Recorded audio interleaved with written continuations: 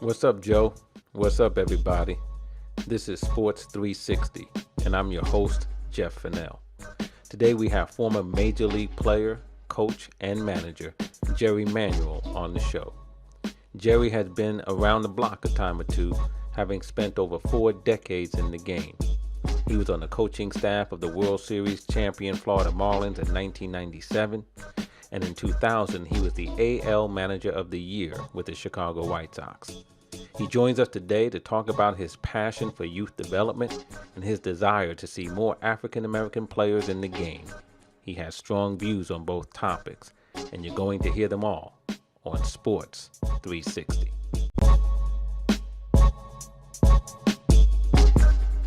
Well, I'm pleased to have with me today on Sports 360 former Major League player, coach, and manager, Jerry Manuel. Jerry, how you doing today? I'm doing outstanding, Jeff. I'm pleased to be joining you in conversation. We've always got some enlightenment from you every time that I've talked to you. So this is probably more for my benefit than yours. Yeah. I tell you, you're right. I mean, we've always had some good conversations, and I've been looking forward to this one today. I tell you, because it's always been interesting, Jerry, and you and I have spoken about it. We have never met in person. No, we haven't.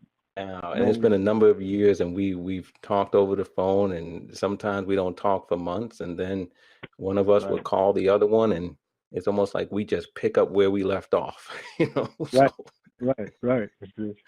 so it's been It's interesting, very but dynamic. I'm hoping to be able finally meet you in person this summer in Vero Beach. So, That would be but good. yeah, it would. But I'm glad to have you here. I'm glad to have you joining us today on Sports 360. And just want to get right into some things, Jerry, because, as we said at the outset, you've been in baseball for a good minute, right? I mean, as a player, Right. Hmm. a coach, a manager, a scout. I think you did some scouting too, right? Right. Briefly, yeah, I did briefly scouted for the Chicago White Sox. Mm-hmm. Yeah, it was a brief time, but educational time as well, to be around scouts and see how they go about looking at athletes and those types of things. I think we all, to some degree, scout naturally anyway. When we're watching a basketball game or any other sport, we think we have an idea of who can and who cannot play, at that level. So it was very enlightening for me to be a scout for the year that I was a scout. Mm-hmm. It's interesting that what you just said, and I was thinking about going in a totally different direction, but you said something interesting right there. You said we all scout Hmm. in some form of or another, and that's true. But when you think about sort of scouting in the game of baseball, um, you've been around long enough to see that evolve and change. And certainly, I think, and you can, give your opinion on this, how scouting is done today compared to maybe when you were a scout, several years back. Because it seems to me, based on some of the things that I have read and people I've talked to, that there's been some real changing in the way scouting and evaluating of players is being done today. What's your thoughts about that? Well, there has been some changes, and I think, and we'll probably get into it when you have this pay for play and you have this entity called Perfect Game, and they're ranking players and those types of things. So scouts tend to um, flood that market when they have an event rather than shake the bushes in different parts of the country to where you might find one guy rather than be at an event where someone has ranked or evaluated the players to be the top 100 players in the country, where uh, when you are paying for play and you get into that element of it, it becomes easier for all the scouts to go to this one place and choose out of that group who they think is who's the best player and how they rank them. And I think they miss the guy that's, let's say, somewhere in Mobile, Alabama, hitting rocks or doing different things, and he might be the only guy there, but he could be Hank Aaron. He could be Willie Mays. He could be whomever. I think they have missed that athlete completely, and that athlete has chosen a different route because he is an athlete. He can do other things. He can play basketball. He can play football. He could probably do any of the major sports that he wants to, but because he was not recruited or scouted, he goes on to what's considered, in high school, the glamour sports, football and basketball. Mm-hmm. And we tend to lose that athleticism to the other sports. And then there was a time when that athlete, that even though we lost him, he still wanted to come back and play our game of baseball. Michael Jordan, he wanted to come and play baseball. Bo Jackson, the greatest athlete I've ever seen, he played baseball. Deion Sanders, one of the greatest cornerbacks in the history of the NFL, Hall of Fame football player, wanted to play baseball. Brian Jordan, Dave Winfield. You think there's a list and lists of athletes that wanted to prove that baseball was the game. And now, and for me, Jeff, I kind of blame my generation because we assumed that trend would continue. But was definitely wrong because we've lost. You look at Barry Larkin's son in the NBA. You look at Ken Griffey Jr.'s son. I think he's trying out for the NFL. So we're not going to get LeBron to come and play Double-A baseball. I guarantee you. Right. So a part of that is our fault, assuming that our kids would follow in our footsteps, and a part of that is, the pay for play for baseball, which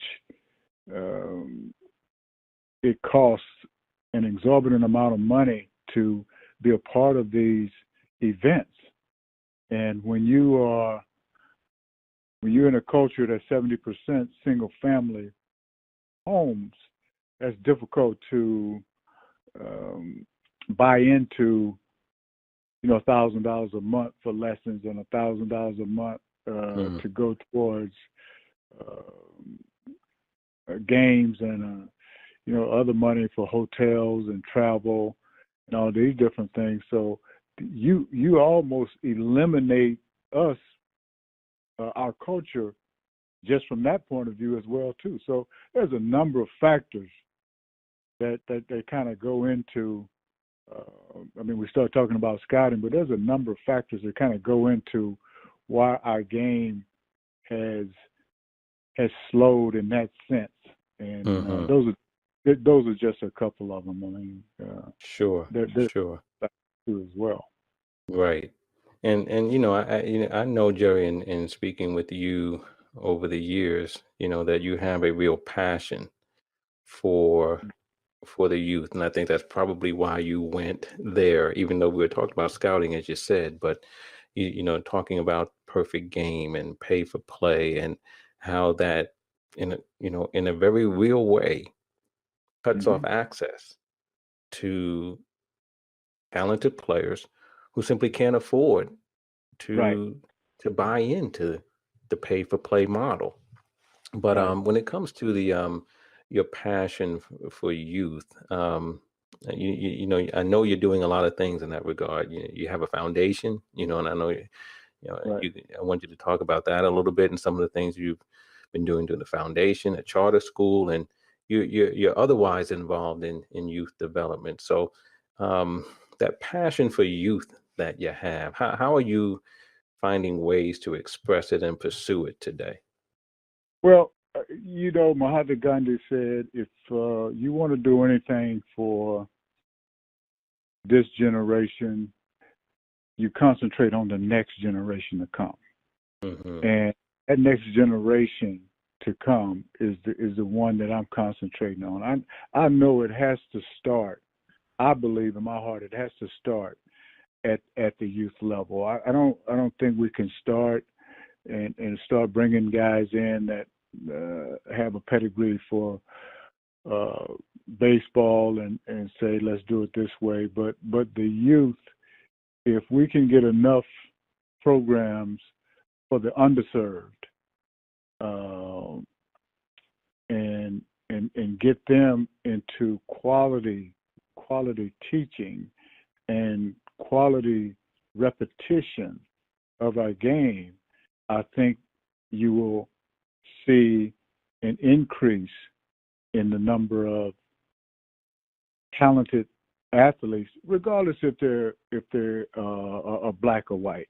It's just the economy won't allow them to perform in those pay for play. Now there are those pay for plays that will cherry pick a guy and scholarship him, but there are also guys that are not quite mature. But if they kept repeating the skill, they would surpass the guy that they cherry pick. But Hmm. they don't get that opportunity, so they go to other sports. So what we do with our foundation is we target the underserved. We target the African American player, but we're not exclusive to that player. We're all inclusive. Anyone who may come as you will. If you want to play, you want to play. So, but our target is the African American player that's underserved, that wants to play the game of baseball, and we got in. I got involved in the travel ball thing when I came home from the Mets. A guy came up to me and said, "We need help." So I said, "Okay, I'll sponsor a travel ball team and we'll run a travel ball team." But that wasn't enough for me because I didn't see the development of the player like I wanted to, and I didn't see the educational component that's needed to take your game to the next level in baseball. I've always said baseball is not checkers, it's chess.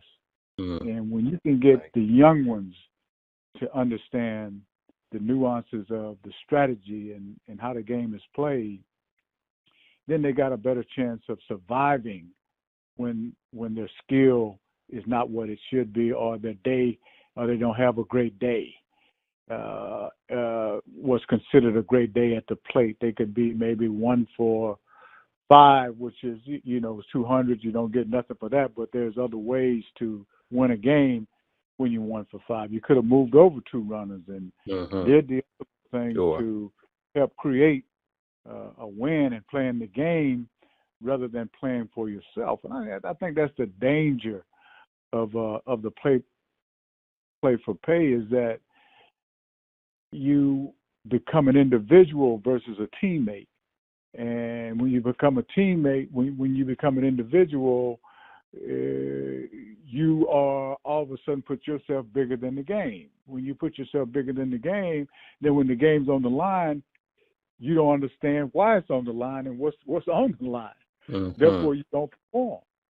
Sure. So that's Right. that's all a part of the teaching that we have to do at the young level, the fundamentals, the foundation, and how to be a teammate and how to play the game. The game is always bigger than the player. As much as it is individual, it's a team thing. And if you could keep that in perspective and understand the game, then you can survive at different levels of the game. You can't survive if you don't know anything but try to hit the ball out the park, and then there's days where you don't hit it out the park and don't do anything else, you can't survive in that manner. And I think that's why, Jeff. I think that's why we're trying to say, hey, let's speed up the pace of the game. Mm-hmm.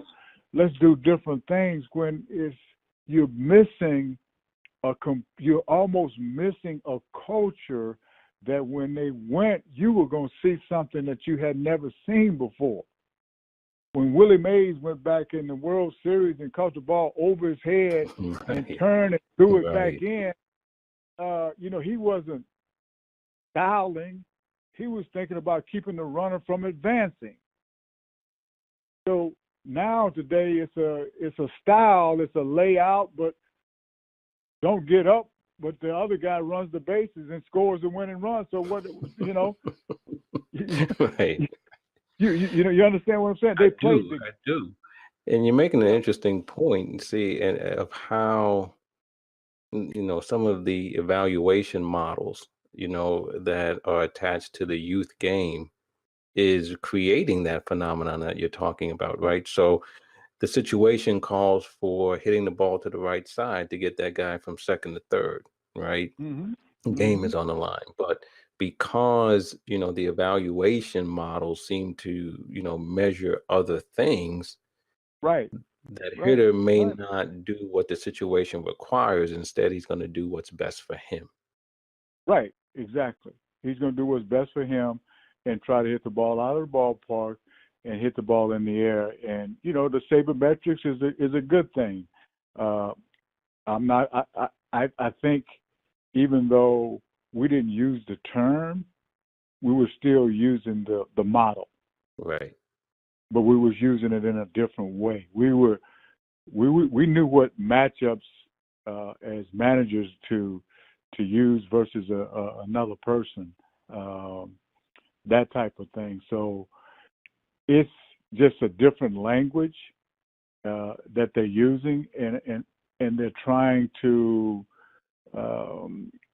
create the game in a different way. But what we're seeing is that there's less action because of the fact that you're trying to do things in a sabermetrician's mindset. You're trying to do things in that mindset versus play the game. Where's the stolen base? Well, the percentages say that doesn't get over, boom, boom, boom. But what they don't understand is that's excitement to the fans. That's excitement to the fans because the fans are not into the individual. They're into the team and the win in the game. And be honest with you, regardless of what game you go to, the game is going to survive anyway. You can make 1,000, but everybody knows when the winning run scores. Right. She's going to survive. The game is going to survive this no matter what. It's the problem becomes that we are losing the fan and we're losing somewhat the athlete that makes our game exciting. We miss that guy running on the field right after the national anthem, do a backflip and say, boom, hit it to me, pop his glove, boom, I'm ready to play. Right. Hit it to me. We're missing that. We're missing that. There's some people out there who don't know you're talking about Ozzie Smith. Right. Ozzie Smith. Or we're missing Dave Parker going into the right field corner and throwing that ball all the way home with a guy, trying to score from first base. Those type of players. We're missing the Andre Dawson who doesn't give up on a ball till it lands on the other side of the fence. We're kind of missing that element, and I know people have challenged me on the racial issue and what have you. It's not about the racial issue; it's just about making the game better. That's my whole thing. Is making the game better. For everyone. I mean, we went to the international route and we got an Ichiro. That made the game better. Sure. It made the game better. But we got to do what that was. We got to do. We have that here at home. But we're not interested in that here at home because the pay for play in a whole lot of the economic situations that we're in, as a culture right now, has somewhat hindered at least scouts from coming in to certain parts of the city and say, I'm going to see so-and-so. It's not a good team, but there's a guy on that team that could be whatever. You don't see that anymore. Scouts don't go to the inner city. They go to where the perfect game event, where they think the top 100 is. Right. And that's what that's kind of what we're battling. But I do believe with the collaboration of the Players Association and definitely what Tony Riggins is doing with Major League Baseball, I do see a shift coming. Right. I do see a shift coming, and some of it has to do with the injuries that are taking places in these other sports and the fact that there is longevity in our game. There's great benefits in our game. There's just and there's great history. There's great history in our game. I mean, what Jackie Robinson went through, we can't let that go undone. Even the ones that came shortly thereafter who knew that they couldn't stay in the same place with their other teammates, but they loved the game. Mm-hmm. And they brought the game to a whole new level. The Willie Mays, the Hank Aaron's, the Frank Robinsons brought the game to a whole new level. Speed, power, everything. And then when we see that type of athlete, I mean, and you can see that type of athlete in Mike Trout. Then there's nothing. I mean, that's great. When we see that type of athlete out there on the field, you don't worry about pace of play. I used to go to a game and pray for extra innings. Right. Until I started, I said, I don't want no extra innings. I want to win. Right. I used to pray for extra innings because I wanted to see something that I had never seen before. Whereas now they're trying to, there might be there probably is going to come a rule to where when you get into extra innings, because it's so long, they're going to start doing what they do in Little League. Now they put a guy at second base to start the inning. Yeah, I mean, there's been talk about all kinds of things like that. Sure. But the thing is, we're missing that elite. I'd pay to see LeBron James play all night. Sure.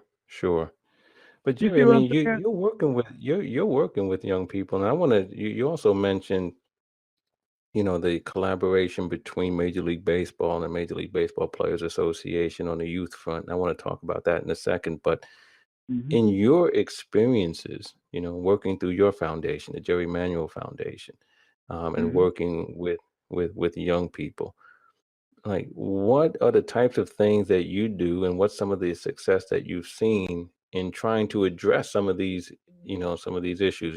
We were talking about how, playing the game the right way, for example, or just encouraging a young person who has an interest in baseball but might not yet understand the game. Like, what, how do you go about that, and what kind of success have you been able to have with that? Well, I think 3 years ago we won the NYBC National Championship for 14U and under. It was televised on CBS. We won that championship. This year, our school is like 5 years old, so we're very young. We're in a lower division, but we're co-champions, number one seed in our division. So we're playing with mainly underclassmen. I don't think we have maybe one senior on the team, but mainly it's underclassmen. So we know what we're doing, and the repetition that our kids are getting is just is phenomenal to see an athlete grasp our game and watch him evolve and develop and say, wow, this guy's going to be something special. And he came there at 14 years old, didn't know how to hold a bat. He held a bat like it was a tennis racket, both hands split wide. And I'm saying, oh, Right. And I look at his mom, she said, I just want him to be here around this atmosphere because he come from a tough area. Dad is incarcerated. And I said, we'll take him. But with the repetition, we saw an athlete. We saw a player. The guy became a player. I mean, it was like, and I'm old school. If you hadn't picked up a ball, baseball, and you're 14 years old, you had no shot. But with today's generation, because they don't repeat the skill, even though they have the opportunity to play on teams, we make a situation where you can repeat the skill on a daily basis. You're gonna get better. Mm-hmm. I mean, it's a skill thing, and those are some of the stories. Plus the fact that you can put your hands on a young man every day whose father is incarcerated or is no longer with the family, and you can kind of lead him in the right direction. You can kind of give him the principles and the values of what life is really about. You might not ever make the major leagues or whatever, but you know what right and wrong is. You know how to treat people. You know that you know how to survive in this world. I mean, let's be real. We know we are somewhat not a targeted people, but with the numbers in prison and the numbers of shootings, and they're more afraid of us than we are of them, and then that type of thing. We have to teach these young men how to recognize a situation and then how to handle that situation and how to be respectful in that situation. That's probably the major part, Jeff, of what we do. Is the toughest part for me is Christmas vacation, because I don't know if I'm going to see the kid after Christmas vacation. Wow. Right.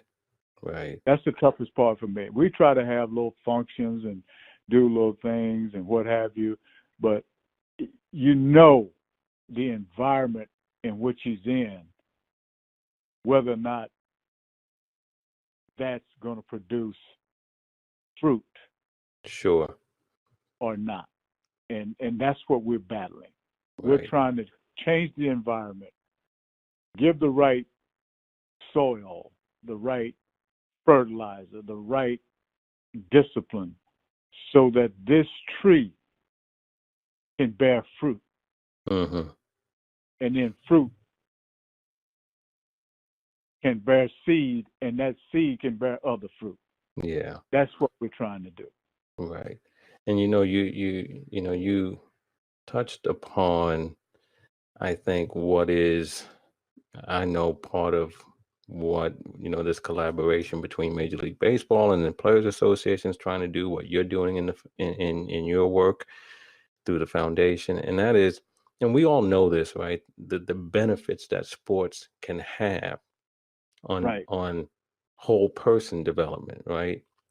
More than just learning the game, because as you said, most of these young people are not going to grow up to be major league players. That's just truth. The numbers bear that out. But we know of all of the inherent value in sports, right? Teamwork and perseverance, sportsmanship and inclusion, and all of those things.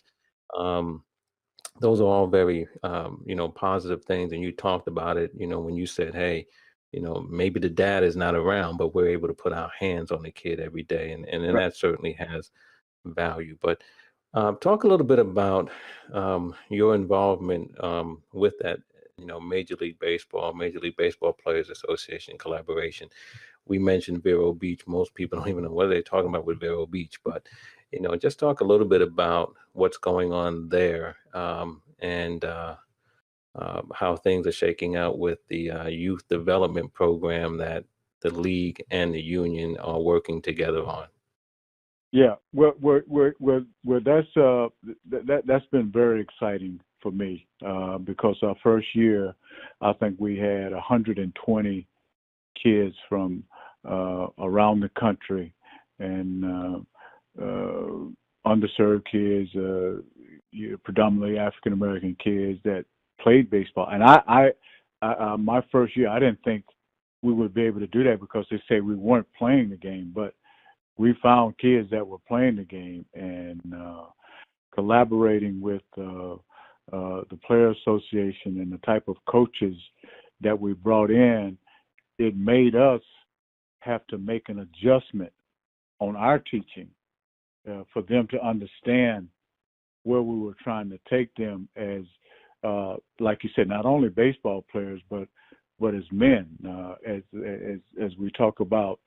Not necessarily, we don't never talk about punishment. We always talk about discipline. Discipline is a form of love rather than punishing, like old school was, I'm going to punish you. We talk about discipline, that we love you and we want to caress you and do whatever. But the vision, the whole vision there, Jeff, is to go to these events, which that we have been invited to with a team from the group that we have in Vero Beach and other places, and go to these perfect game events and see how we perform, how these young African American players.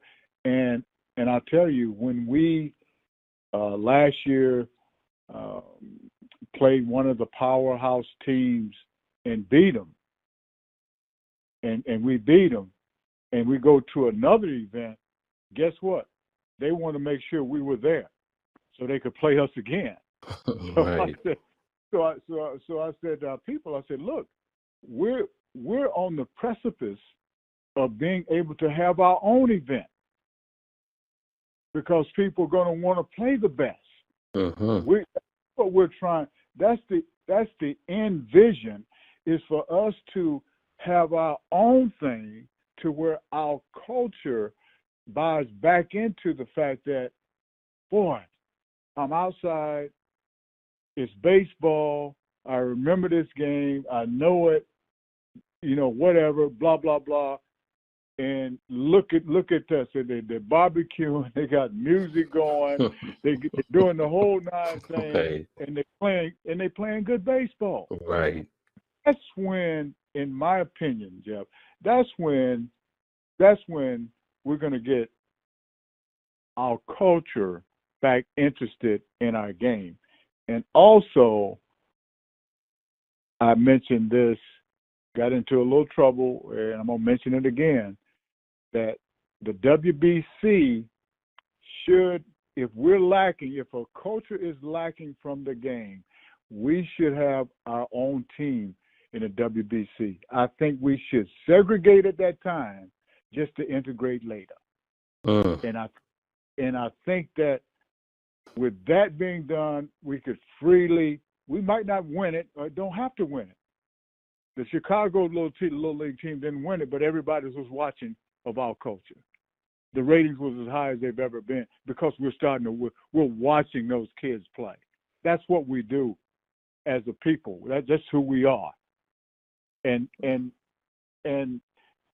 I've told, I mentioned that to them, that let us celebrate who we are. Dominican celebrates, they bring their shakers, and the Puerto Ricans, they celebrate, and they go back to their teams and their teammates, and that's cool. But let us celebrate. Let us come there with a team. We might not have enough this or enough that, but just let us come there with enough. I guarantee you, when you put McCutcheon, Jones, Stanton, these kind of people out there, some things are going to happen. And see that's some radical thinking right there, and I'm not surprised that you got some blowback on that one. But you said I want to make sure I got this. You said segregate now and integrate later. Yes, segregate at the WBC, just like they do. It's actually segregated. It's segregated. Mm-hmm. But it's not us segregating. It's if you got Italian blood, okay, you go play with Italy team, Piazza. Right. You go Right. represent Italy. You go represent this. You go represent that. Well, who represent us? We're the one Hmm. missing. Let us do that to bring to integrate the game, to integrate us back into the game. That's all. And once we get back into the game, or the culture gets back into the game doesn't have to worry about slow play. The game doesn't have to worry about speed. The game doesn't have to worry about all these different things that it's worrying about. That's just, you know, I get a little pushback from that all the time, but I've tried to explain it in a way that it's going to make the game better. We're So gonna this. get we're gonna get LeBron. Mm-hmm. We're gonna get so and so and so and so. I So it mean, sounds like you're whoever. saying in a way, and maybe some will say, well, are you saying that, the concerns about pace of game, pace of play, game is too slow would be solved or alleviated if there were more African Americans playing the game? To a degree, yes, yes, yes. Like I said, when I went to a game as a youth, and I saw through a knothole two African American teams playing together, playing against each other on a Sunday. You know, that's what they did back in the day, and it was one of the most exciting things I saw. And I said, that's what I'm gonna do. Even though I played other sports and had opportunities to go play other sports. Actually, my best sport was football. I had an opportunity to go play. I had signed a letter to go to UCLA to go play football.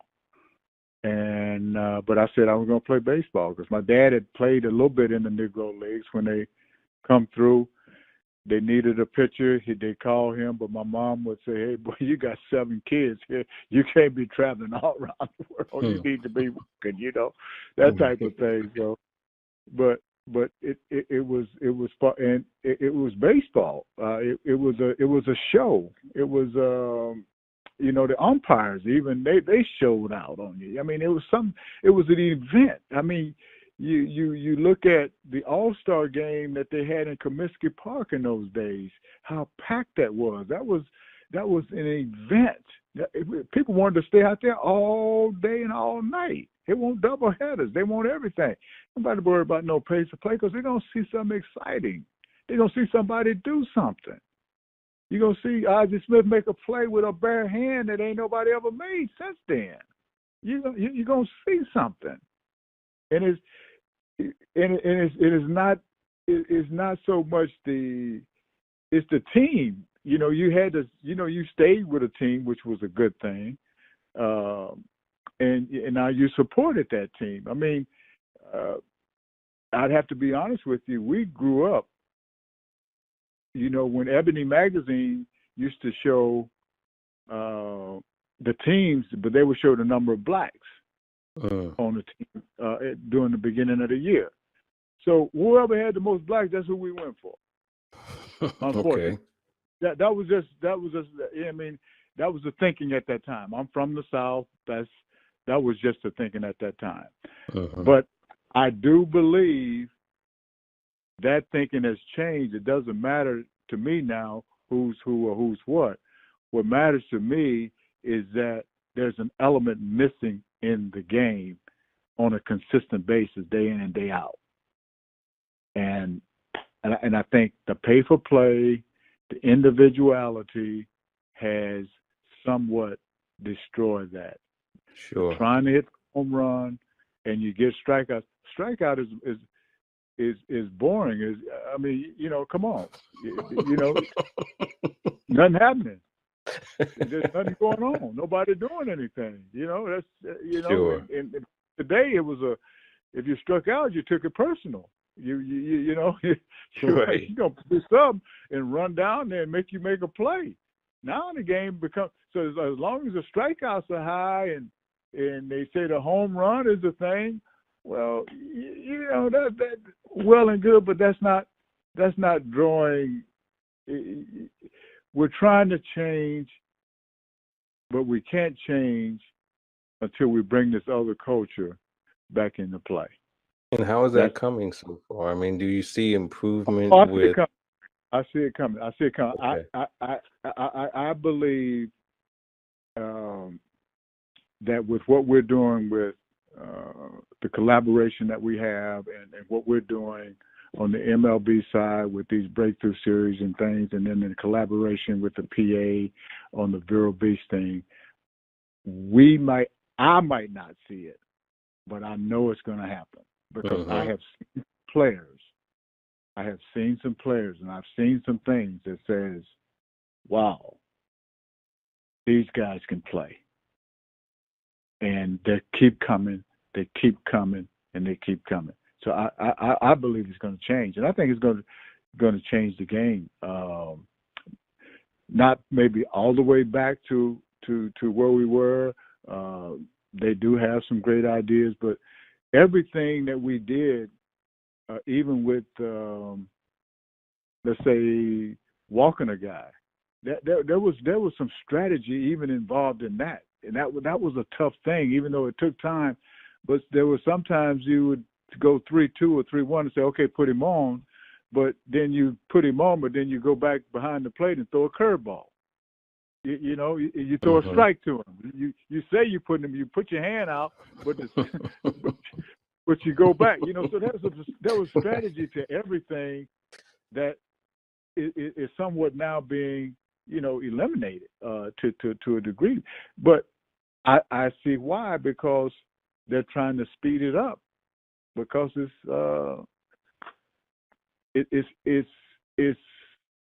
not, you're not seeing Bo Jackson go to left field, climb up the wall, and run down the other side.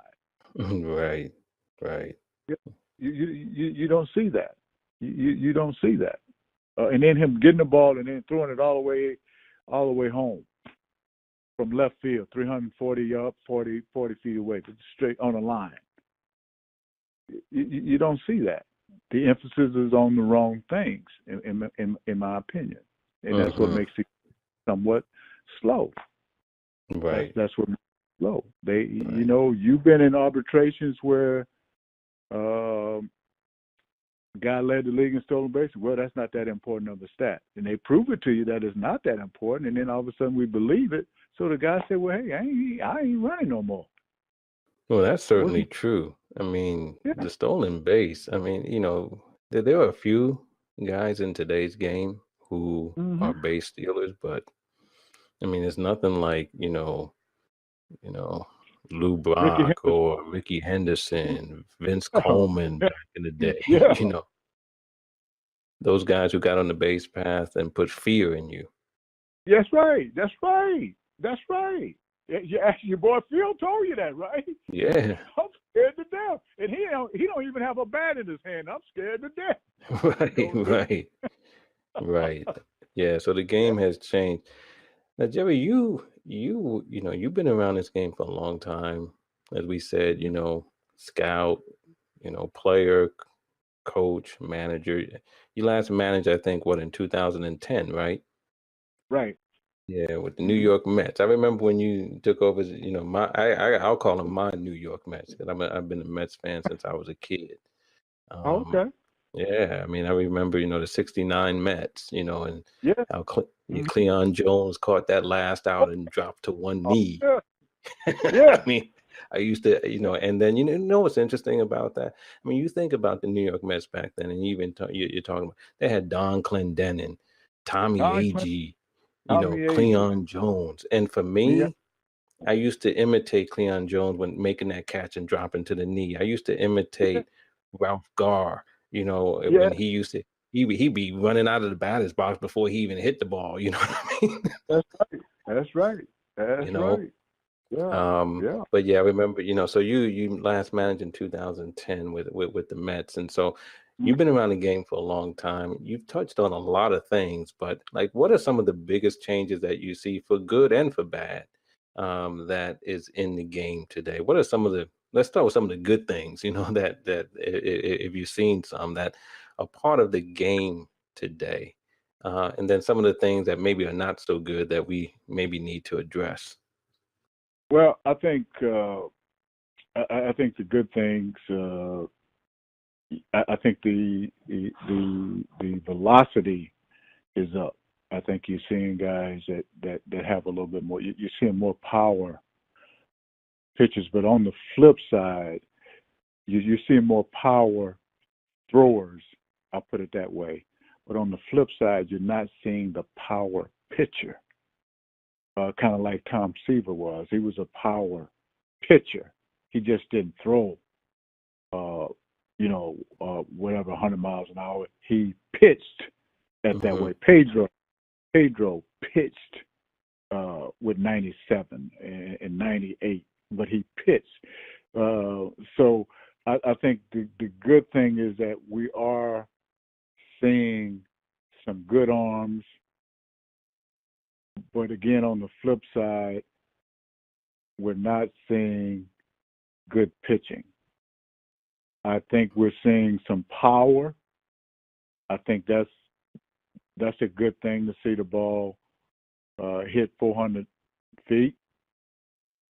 But I think the game is more than that. I think there's the other little things that can be done in the game.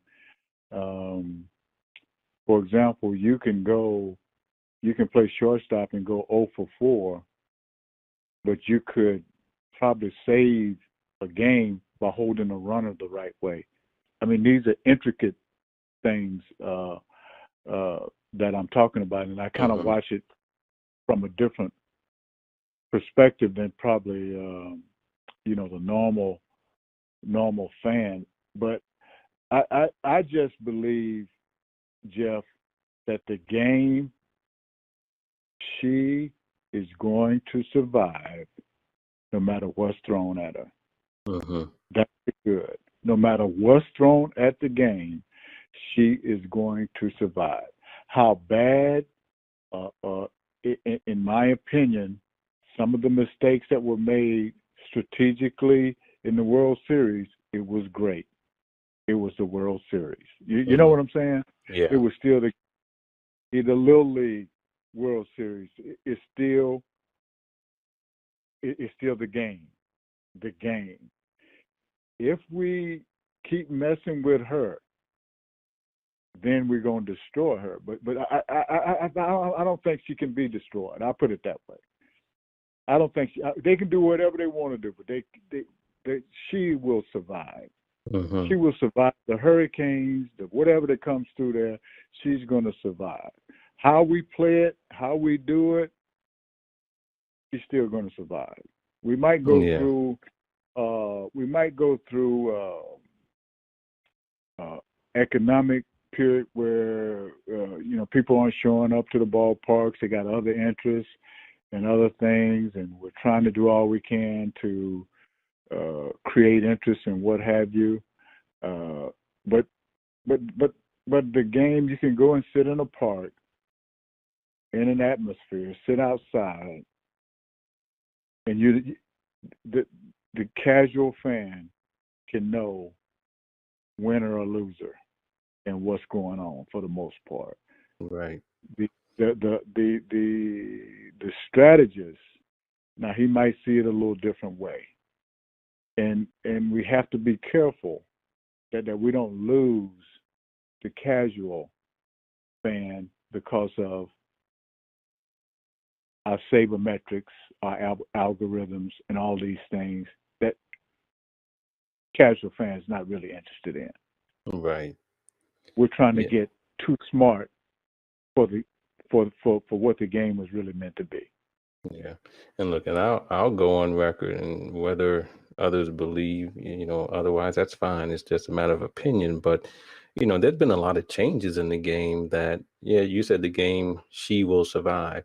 But she's gonna end up looking a whole lot different. You know what I mean? Like Yeah. she, Oh yeah. underwent some kind of cosmetic surgery, right? Because Yeah. the game is changed. You know what I mean? Yeah. Home plate collision rule, second base Right. rule. You don't Mm-hmm. even now throw, four pitches in order to walk a guy, right? Right. Just put up the Right. fingers and you go to, and we see Yeah. sometimes on how many times have we seen or saw on an intentional walk where the pitcher throws a Yeah. wild pitch, you know what I mean? Can't And do it. Yeah, right, he can't do it. and the That's guy right. advances. So, it's still about execution. We're talking about pitch clocks, and you mentioned earlier extra inning games and putting a runner on second. Yeah, the game will survive, but it seemed like she might undergo some liposuction or something. You know what I mean? There's You're going to right. be all kinds of surgery being performed on her, and the game Yeah. is not going to look the same. Yeah. She had a miniskirt on. Now they put a whole long dress on and all this Yeah. kind of Yeah, putting all and they're this wondering stuff why on. people aren't paying attention. I mean, so Right. it's a delicate balance. And look, there are probably Yes, it people is. who are smarter than us who are looking at this. But Right. when I look at it as someone who is a consumer of the game, some Mm-hmm. of the things that I'm seeing, and I know I'm not alone. Some of the things that I see, I'd rather not see, because it's Yeah. not the game that when I was a kid, I watched, Mm-hmm. and then after watching it, went out in my backyard and Mm-hmm. pretended, sometimes all by myself, that I was playing. Yeah. Yes. Exactly. Exactly. Exactly. Exactly. I mean that's a great point. And so what has happened is that now that kid spends his time with technology, with Hmm. the iPhone and whatever, and he's FaceTime, and he's texting, and he's doing this and he's doing that, whereas we were out throwing the ball against the wall till the sun went down, Yep. trying to play or trying to mimic Mays, trying to mimic Hank, these types of Frank Robinson. That's how we grew up. So the technology, and we're trying to keep up with the age of technology, but some games ain't meant to be bothered with. Some games are supposed to stay what they are, and then let technology, you do all that around it, but don't do it to it. That's kind of my issue with it. You're trying to do something to it. Leave her alone. She survived the Little League World Series. Boom, when that Chicago West Side team went to the Little, I got calls, Jeff, from people I hadn't heard from in 20 years. Uh, Jerry, you watching this? Jerry, you watch? Because see, I, I, my, if I were to go to dinner and had three people with me at dinner, it would be Jesus Christ, Martin Luther King, Mahatma Gandhi. uh, These would be the people that. So those are the lenses that I'm looking through from a little kid that grew up in Georgia. uh-huh. You know, so if we just if we could just understand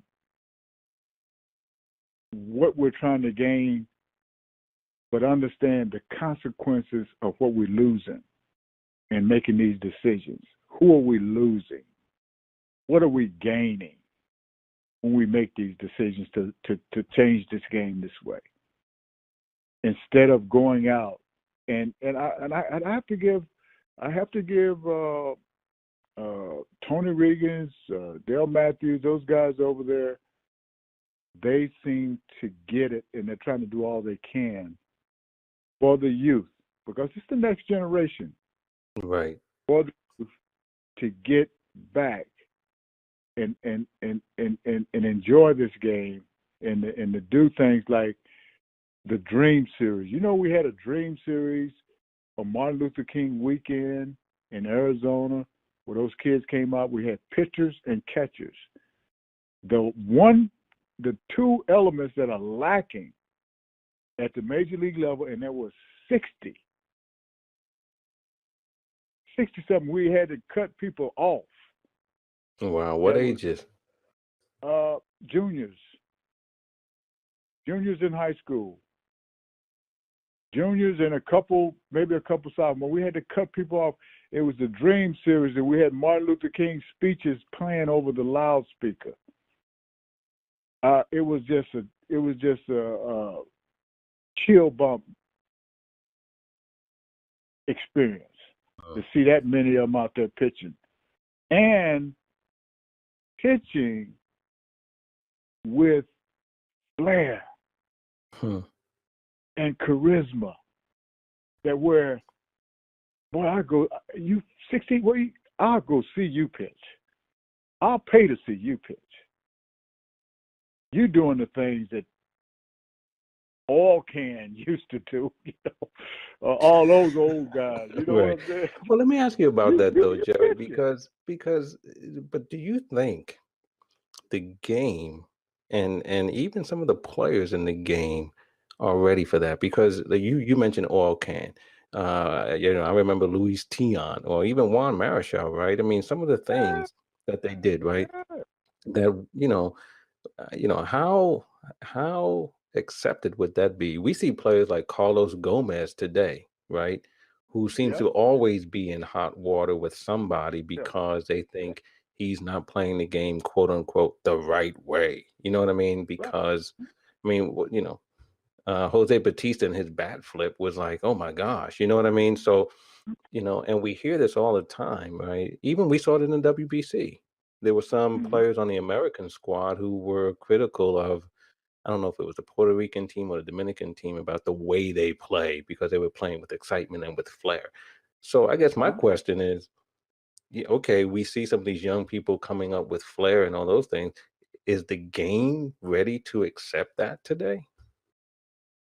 That's a very good question. Now, as a manager, as a manager, I accept it when it's in the context of winning the game. I don't accept it. I wouldn't accept a bat flip when I'm down 13-1 and you made it 13-2. Right, of course. You understand what I'm saying? But if it's I do. 13, if it's 2-2 and you hit one out and we won it, flip that thing up there as high as you can and come on around there and let's celebrate. But that's and I'm talking to you from a manager's point of view. hmm I even had to grab Jose Reyes one. He hit a home run. I think we were in Philadelphia. We were losing 14 or whatever, and here come all this stuff. I said, hey, look, that's not how this is played. You can do this when you walk somebody off. You can do this when it's huge, when it benefits the game and not you.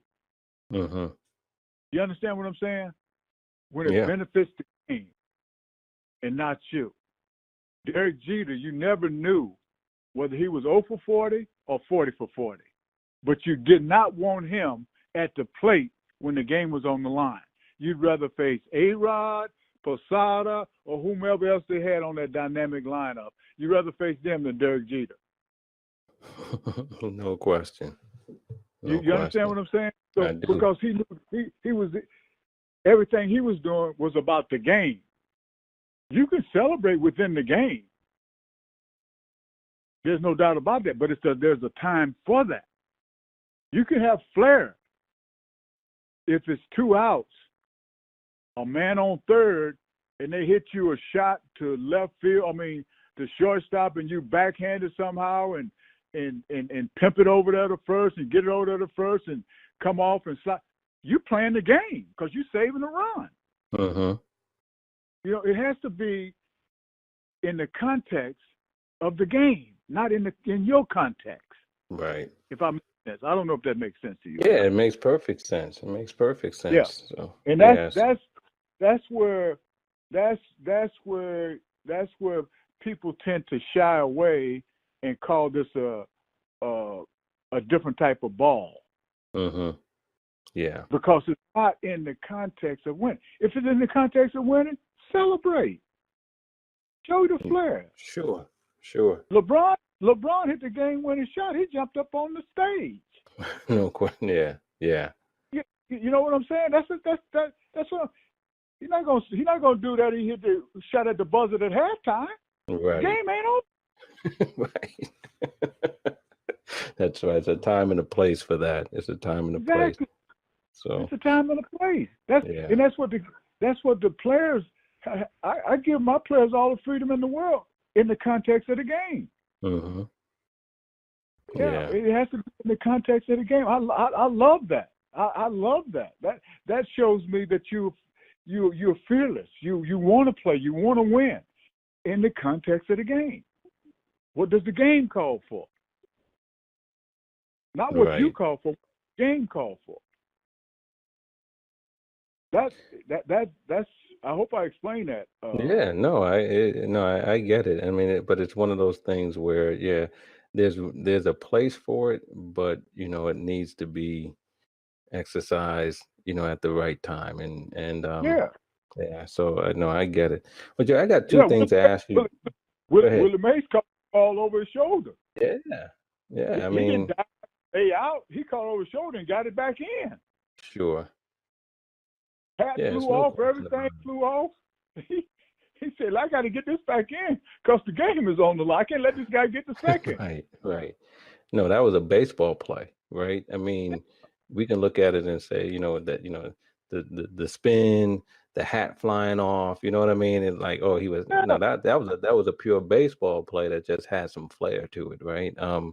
But it was exactly, born of the situation and knowing what was going on, right? exactly, exactly, exactly. And that's where pay for play in the travel ball is all about the individual trying to be recruited. So he's Mm-hmm. going to be an individual first than what the Yeah, game calls for you to be. sure. And that's where we're losing it. That's where we're losing it. But like I say, the game, she'll come back. She'll She'll come back. survive. She'll Yeah, survive. oh yeah. She'll Hey Jerry, I survive. was reading something earlier. Um, it said that your nickname was the Sage. I don't know where they got that from. They not called me they have called me a lot of things. After this podcast, I'm gonna be called something else. So you telling me that's not true? You mean I can't uh, believe everything I read? yeah, no, you can't believe everything you Yeah, read. I right. don't know But what to but but you know what though? It's funny. As I read it, I said to myself, I could see that. Because I will tell you, Jerry, when you were managing the Mets back in 2008 to 2010, I used to make sure I watched the post game interviews say. because you would always say something that for me as a fan and somebody who watched the game for a long time, it led me to look at the game differently, Mm, right? Comments that were made about what happened in the game or what might not have happened in the game or what you were mm, trying to do with a certain move or whatever. And to me, it was mm. always fascinating stuff because a lot of times managers come and they kind of spout and kind of, we left it out all on the field. You know what I mean? Yeah, We got another yeah, game yeah, tomorrow, yeah, cliches. yeah. But there was a lot of times I got a lot out of what you were. So I really Well, thought you were the New York, sage, you know what I no, New York can bring that out of you. mean? If that's in you, New York can bring that out of you. I'd have to. I'd always tip my hat to. I mean, there are great fans all over the country, but to me, the New Yorker, he knew when the moment was the moment. He knew the rhythm and the flow of the Mm, game better than any fan that I've been around. Maybe because y'all got 9 million watching, but y'all knew that y'all knew and felt when the game was in balance. And mm-hmm. that's a beautiful thing.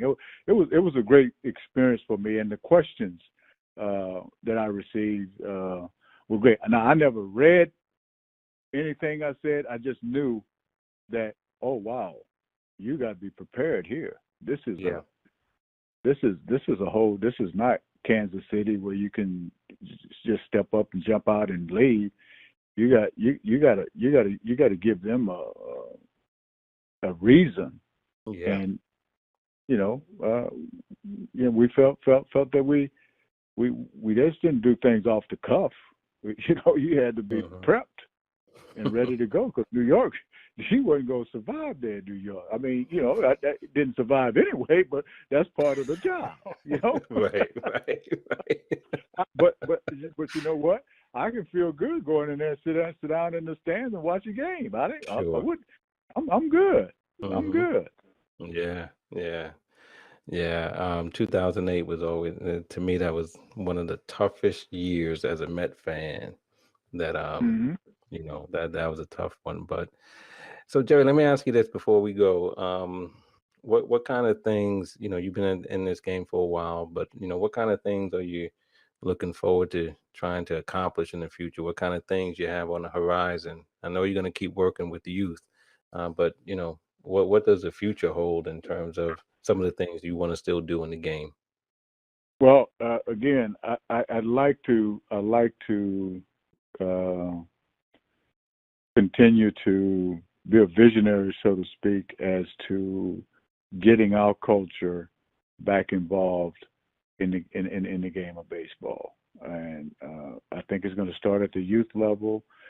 I think it starts at some of the things that we're collaborating on with the PA and Major League Baseball. What we're doing there, I just like to see that expanded. I like to see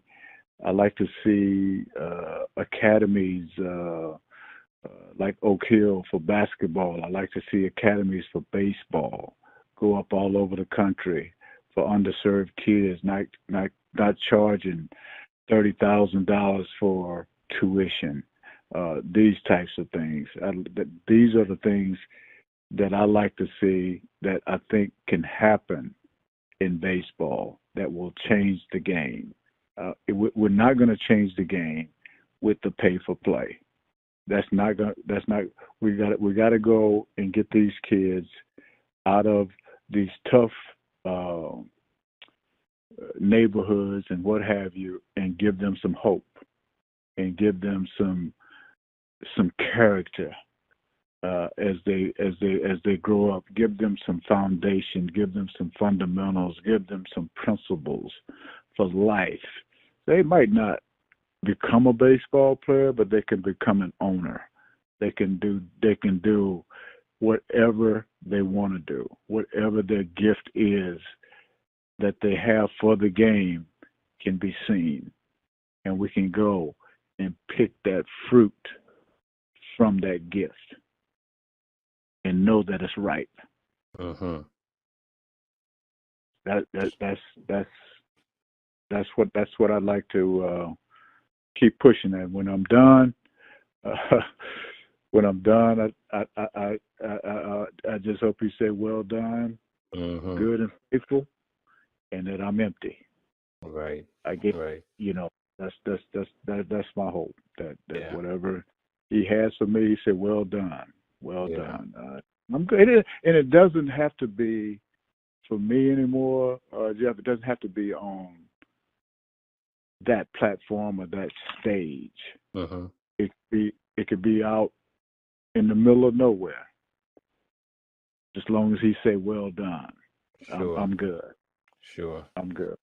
Yeah. Well, you're doing a lot of good things, Jerry. I mean, whether it's through your foundation, Jerry Manuel Foundation, the charter school, the work that you're doing with MLB in conjunction with the MLBPA, and and just in life, man. So, as I said, man, it's always a pleasure talking with you. Yeah. Enjoyed having you today, and just keep it up, man. Keep doing all the things that you're doing because it's making a difference. And at the end of the day, that's what you want to do, right? You want to make a difference. Yes. Yes. Got to make a difference, and then the other ones are gonna make a difference, and we'll be okay. That's right. We'll head off to Wakanda. It was hidden, but it was a beautiful place.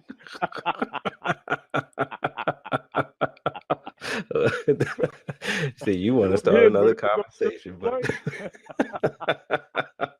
well, Jerry, man, I'm glad that you were with us, and I'm sure we're gonna have you come back again and on Sports 360 and share some more knowledge. Whether they call you the sage or not, you were dropping some place. knowledge, and so we appreciate it.